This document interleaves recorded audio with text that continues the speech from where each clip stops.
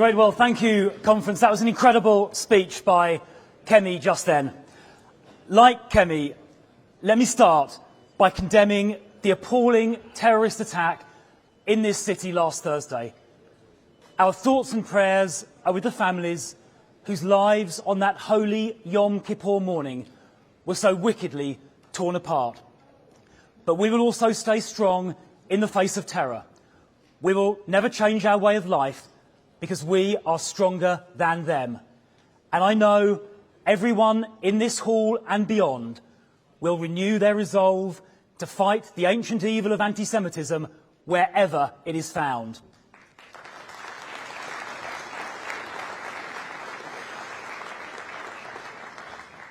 It has no place in any civilized country, not in our United Kingdom, not ever. And if a foreign citizen expresses racial hatred, including anti-Semitism, or supports extremism or terrorism, I'll tell you this, as Home Secretary, I'll deport them.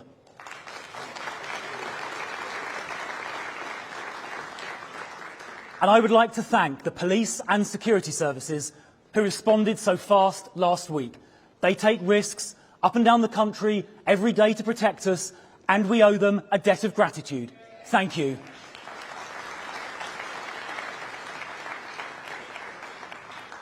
Conference, this is a historic moment. As the leader just announced, we have concluded it is right for our country to leave the ECHR.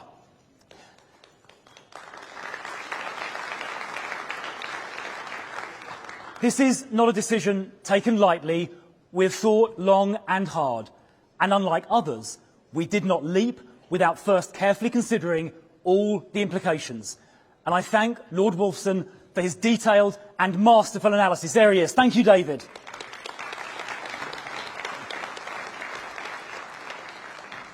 We are, of course, deeply aware of why the Convention was originally written. In the aftermath of the horrors that ravaged Europe in the 1930s and 1940s, and we remain as committed as ever to protecting rights and the rule of law. But the way the courts now interpret the ECHR make it unrecognisable from the system which Winston Churchill first helped shape. And we are clear about this. The ability to control our country's borders is non-negotiable.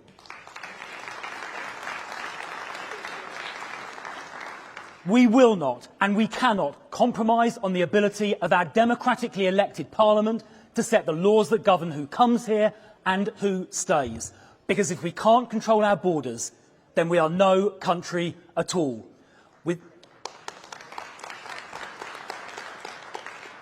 no border control, we would lose our identity and we would lose our security. And this party will always protect our identity and will always protect our security.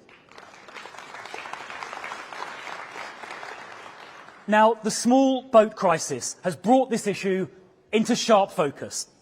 The government said they would smash the gangs. Well, that is now laughable, because so far all they've smashed are records for illegal arrivals. This year has been the worst in history. This Labour government has lost control of our borders. They are weak and they have let Britain down. The Prime Minister's latest gimmick is his one-in, one-out deal with France. Since that deal was announced, 11,000 illegal immigrants have come in and about 7 have gone out. Even Rachel Reeves, with her dubious CV, can tell that doesn't add up.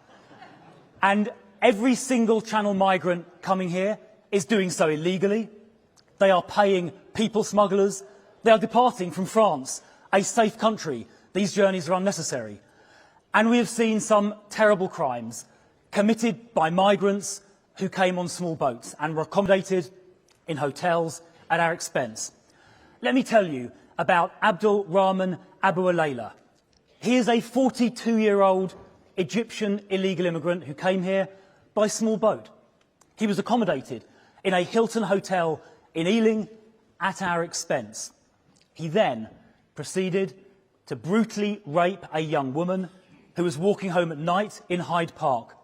She was alone and she was vulnerable. It now turns out that Abdul Rahman also has convictions in Egypt as an Islamist terrorist. In another case, a 14-year-old girl was sexually assaulted by a Channel migrant who later said, in his culture, that was acceptable behaviour. This is sick. We must do whatever it takes to end this madness.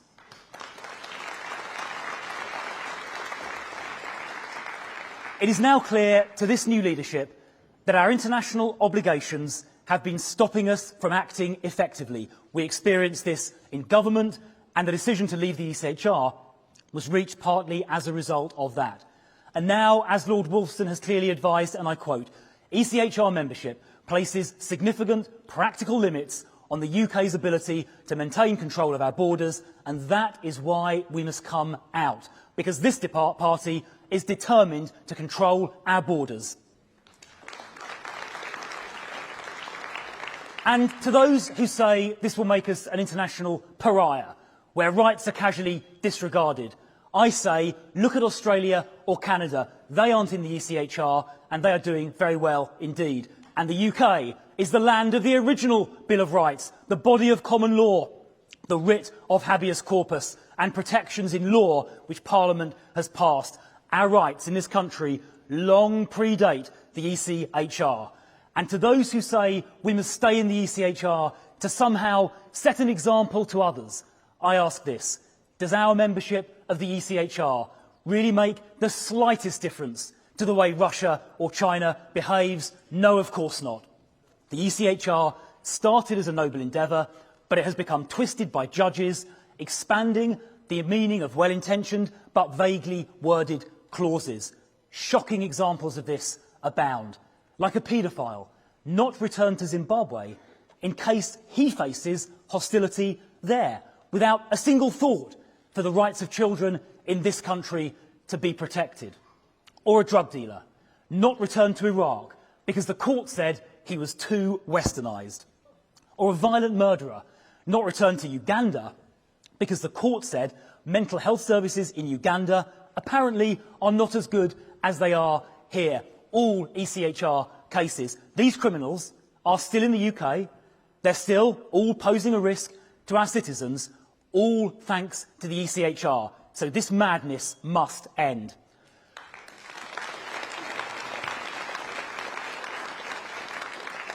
But as Lord Wolfson very wisely said, leaving the ECHR alone is not enough. We need a full plan, a complete plan, to fix Labour's borders crisis, which leaving the ECHR enables. And let me be clear about this. The Reform Party has not bothered to develop such a plan.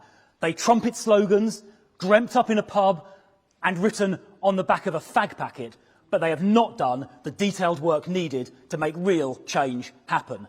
Well, this party has done the work. It's called the Borders Plan, and we published it today.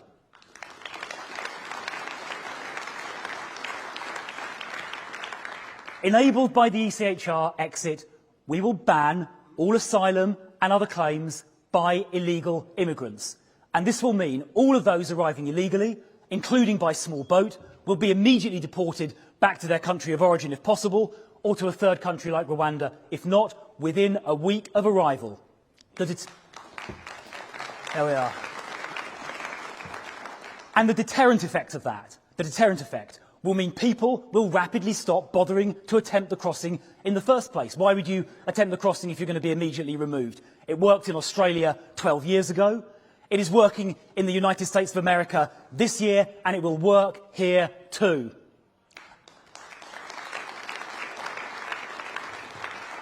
And we will also deport all foreign criminals, not some, all. There are currently about 20,000 serious foreign criminals roaming our streets who should have been deported already.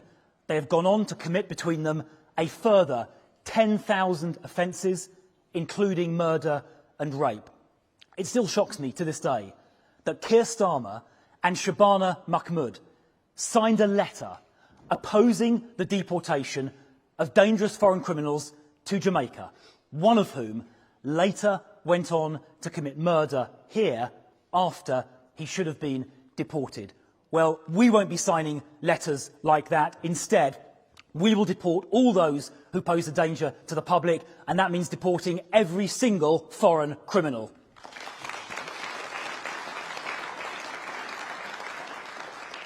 And we will also end the legal quagmire, with endless appeals and judicial reviews, made up and contradictory claims being heard, lawyers running up huge legal aid bills. I hope there are none of them here. One man claimed asylum. You won't believe this. One man claimed asylum saying he was Iraqi. And then, when that claim was rejected, he said he'd suddenly remembered that in fact he was Iranian. And the whole process started again. And then there was the notorious case of a man called Yaqub Ahmed, a Somali man who participated in the brutal gang rape of a 16-year-old girl. After his sentence in prison had finished, it took us 8 years to deport Ahmed because he made repeated asylum, human rights and modern slavery claims. Many migrants make claims on the eve of deportation to stay here, usually very shortly after they meet a taxpayer-funded lawyer who tells them what they need to say. Judges accept all kinds of nonsensical arguments. Just last week, 8 Afghans who can't speak a single word of English were allowed into the UK from Turkey, a safe country, on tenuous human rights grounds. And some immigration tribunal judges were previously open borders campaigners. You literally couldn't make this up. So, we will abolish the immigration tribunal entirely, with decisions taken inside the Home Office. There won't be any immigration judicial review except on the narrow grounds of statutory power, and we will completely end the legal aid gravy train by abolishing it.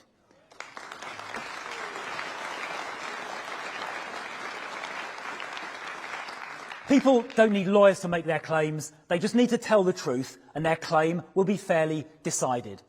And we will compel countries to take back their own nationals. If a country won't take back their own citizens, where they commit a crime or have no right to be here, we will simply stop issuing entry visas to nationals of those countries to come here. We will use those visa sanctions and withdraw overseas aid to countries who don't take back their own nationals. We take back ours, and they should do the same. We will also create a new removals force in the Home Office, doubling the current budget to £1.6 billion. And by stripping away all of those legal obstacles that I've described and doubling the budget, we can remove 150,000 people a year that have no legal right to be here. That is 750,000 over the course of the next Parliament. This illegal immigration scandal will end.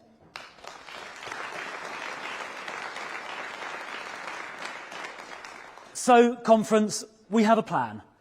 Leave the ECHR. Deport all illegal immigrants immediately upon arrival and all foreign criminals. A new force to remove 150,000 people a year with no right to be here. Abolish the immigration tribunal. End judicial review and legal aid in immigration cases, and make sure countries take back their own citizens just as we do. Now, we have thought deeply about this. Our plan is radical, yes. Not because we are ideologues, but because this plan has to be radical in order to work. The old ways have been tried, and they have failed. That's why a new approach is needed. Now, we have taken our time over this, and some people have criticised us for that. But we are now the only party that has a plan which is not only radical, but will actually work in practice. So now the Conservative Party is back. Back with the resolve to do what is needed to protect our country's borders. Back with determination to ensure the laws passed by our Parliament are actually implemented. And back with a plan to end illegal immigration. Thank you.